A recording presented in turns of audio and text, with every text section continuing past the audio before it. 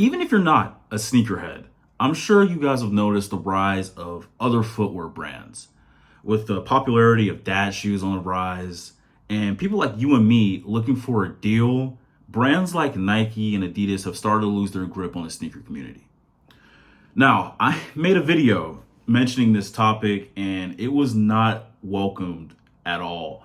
I admit my opinion needed a little bit more substance, and I don't think the short form video really got my point across, so that's why we're here.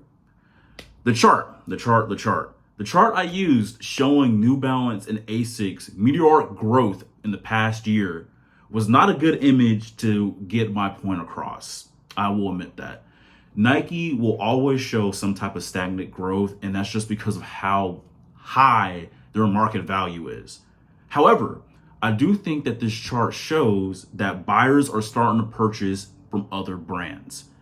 My opinion didn't come from malice and ill will. I think people just think I hate Nike, and that's far from the truth. In fact, I've been wearing Nike my entire life. But what I can tell you is this video comes from love. And I need to call a spade a spade. What Nike has been doing since really post-pandemic needs to be brought up. The quality control has been down really since the pandemic. Colorways are stale, and prices have risen almost 2x since pre-pandemic. Pretty much we're not getting what we're paying for. If I spend $220 on the Bred 4 Reimagined, I would expect my logo to at least be the same. How many times can we spend $180 plus on a black and white Jordan 1? Answer that question for me in the comment section. How many times can we spend $180 on a black and white Jordan 1? Now, do I think the alarm should be going off for Swoosh Company? No, I don't think it's at that point, and I definitely exaggerated that in the short form video. But if you are on Nike's board and you're the one who's making these decisions, you can easily look at TikTok and other social media and showing that your massive lead that you've had forever in the sneaker community has gotten a little thinner in the past 2 years. Now, as a sneakerhead, a content creator, and overall just someone who likes sneakers, this era of variety has been great. And I want to emphasize that I do not care that it's not just Nike. I want to make sure people understand that I, for one, am embracing the fact that there's variety on what people have on their feet. Instead of seeing the Yeezys and the Jordan 1s and the Dunks, we're getting different shoes like Sambas and Sauconys, Asics, and New Balance, and even other forms of footwear like boots and loafers. This is a good thing. This is a good thing, not only for footwear, but for fashion as well. So if I was Nike and I was in a CEO position, how would I change this? Number one, I would cut the stock in half. I think there's way too many pairs of pointless colorways that, quite frankly, me and you don't care about.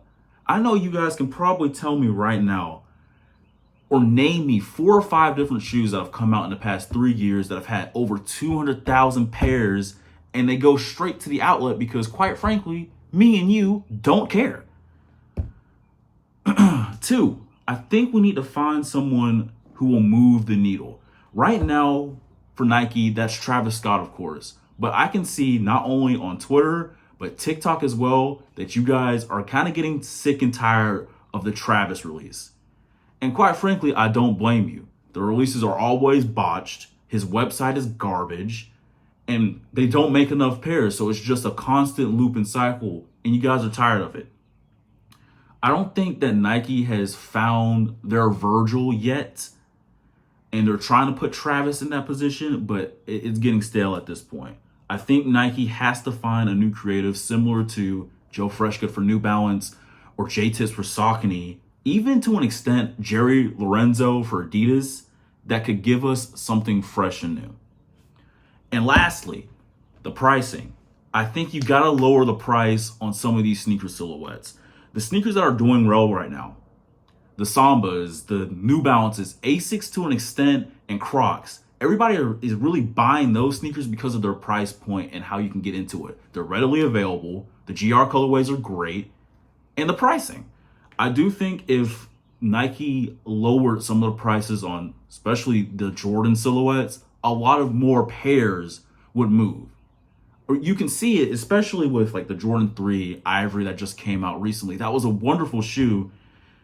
It's just that nobody wanted to spend the $220 when they knew the Bread 4s were coming out 2 weeks later. We're sadly in, if you believe it or not, a depression. And not a lot of people have money just to be thrown out willy-nilly on sneakers. And Nike has to understand that too.